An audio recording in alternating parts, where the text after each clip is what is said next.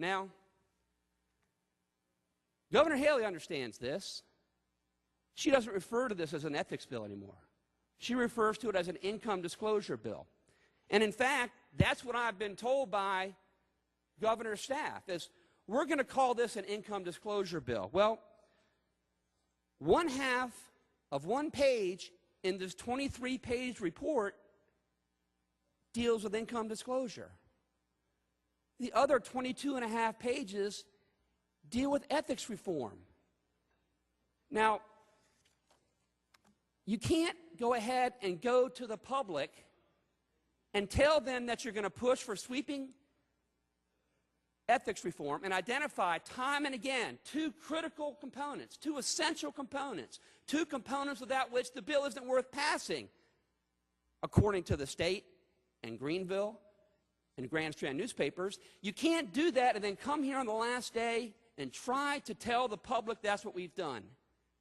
And that's what will be done. That's what was done in the House. Over in the House, I heard the leaders over there say this was historic.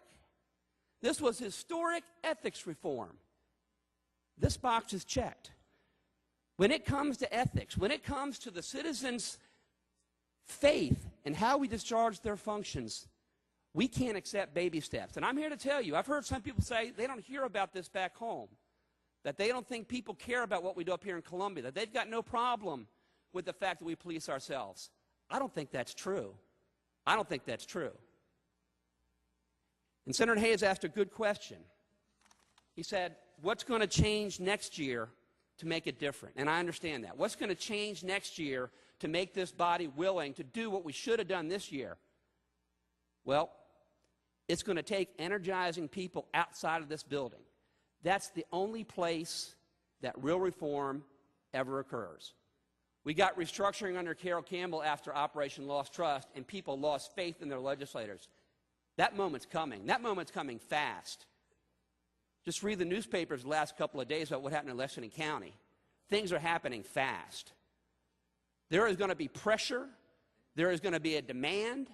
There is going to be an insistence by the public that we not compromise on this, that we come up with a way of investigating and holding elected members accountable through an independent body that is in accordance with the Constitution, Senator from Charleston. There's going to be that demand. We're not giving that to them.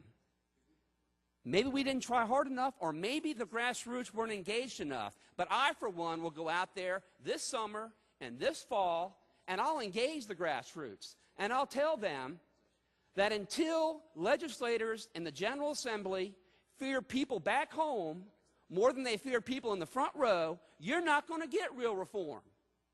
You've got to make yourself heard. You've got to go ahead and demand it.